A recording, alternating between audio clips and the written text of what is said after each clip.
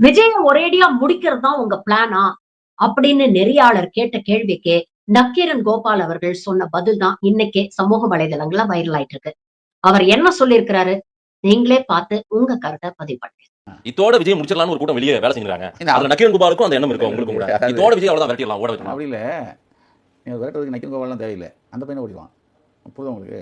இதுக்கு நான் எதுக்கு நான் நீங்கள் இந்த மாதிரி இன்னும் 2 பேர் இன்னும் 2 நிகழ்ச்சி வந்தாலும் முடிஞ்சு போச்சுல. இதுக்கு நான் ஏன் இருந்தாலும் முடிக்கணும்? வெகுஜன விரோதமாக இருக்கிற எவனையும் நக்கீரன் விடாது. இது வெகுஜன விரோதி. ஏங்க ஒரு 41 பேர் இறந்து கிடக்கிறான், ஒருத்தன் கண்டுக்காம ஒருத்தன் ஓடியாந்துறான், ஓடியாந்து 13 நாளாக வீட்டை விட்டு வெளியே வராமல் இருக்கான். நீங்கள் மறுபடியும் வாங்க, ரெட் கார்பெட் போட்டு வாங்க, மறுபடியும் வாங்க.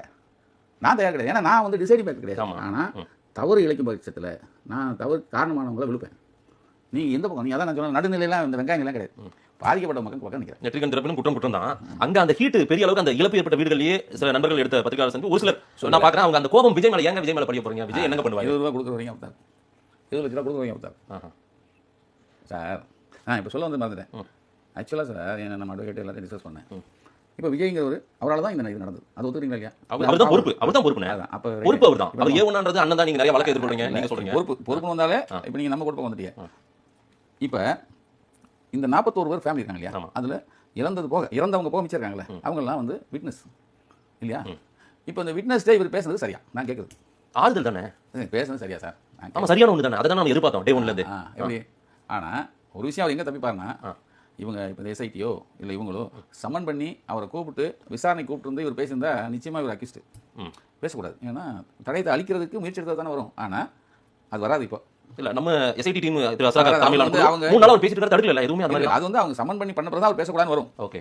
இப்போ நம்ம எல்லாத்தையும் வேடிக்கை பார்க்கறோம் விட்டுட்டு அப்புறம் வந்து பண்ணல சமன் பண்ணாது. அது அவங்க மேல தப்பு. நான் என்ன சொல்றேன், நான் யதார்த்தமான ஒரு கேள்வி தான் வைக்கிறேன். இப்போ ஒவ்வொரு தப்பையும் அவர் பண்ண நம்ம விட்டுட்டு கடைசியா வந்து இத நம்ம வந்து கடைசியா அவரே குற்றவாளி ஆக்குறது நியாயம்ன்றேன் நான். நம்ம போய் அசராக்காருக்கும் மற்றவங்க நம்ம வந்து ஐடியா சொல்ல முடியாது. சரி, அவங்க ஒரு வேளை சமன் கொடுத்தா சமன் கொடுத்தா செய்தி வந்திருக்கும். செய்தி சமன் போய் சமனுக்கு பிறகு அவர் பேசியிருந்தா தப்பு. ஏன்னா நம்ம அட்வொகேட் சொன்னது. சரி, இப்போ வந்து அவர் வந்து பேசலாம். ஏன்னா அவர் மேலே எதுவுமே இல்லையே.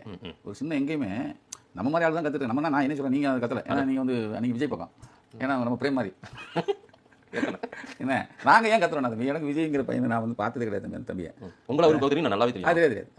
அவங்க அப்பா எனக்கு அவங்க அப்பா இங்கே வந்திருக்காரு. அவங்க அப்பா எனக்கு நல்லா தெரியும். உண்மையிலே ஹீரோ அவங்க அப்பா தான் தம்பி. நீங்கள் விஜய் ஹீரோவே கிடையாது, அவங்க அப்பா. ஏன்னா அவங்க அப்பா தான் பிள்ளைய வளர்க்க பட்ட கஷ்டம் எனக்கு தான் தெரியும் தம்பி. அடாடாடா ஒரு பாய்லர் கோழியை நீங்கள் வந்து உருவாக்க எவ்வளோ கஷ்டப்படுறாங்க, அது மாதிரி தான். அப்படி கஷ்டப்பட்டு எல்லாத்தையும் பண்ணார். என்னையை பார்த்து 30 வருஷம் முன்னாடி பேசியிருப்பார், என் பையனை கொஞ்சம் பார்த்துங்க அப்படிமாரு. ரைட்டா? நீங்கள் அதுக்குள்ளே வரல. ஏன்னா அவர் இப்போ அப்பாவை மதிக்கல, யாரையும் மதிக்கல, அது வேறு விஷயம். அதுக்காக அப்பா எங்கள் அப்பா பேச சொல்லிட்டாங்க, எங்கள் அப்பா தூண்டி விட்டு பேச சொல்கிறேன்னு நினைச்சிடக்கூடாது. அவங்க அப்பா இப்போ சப்போர்ட் பண்ணுறாரு, பையனுக்கு தான் சப்போர்ட் பண்ணுறாரு. அது வேறு.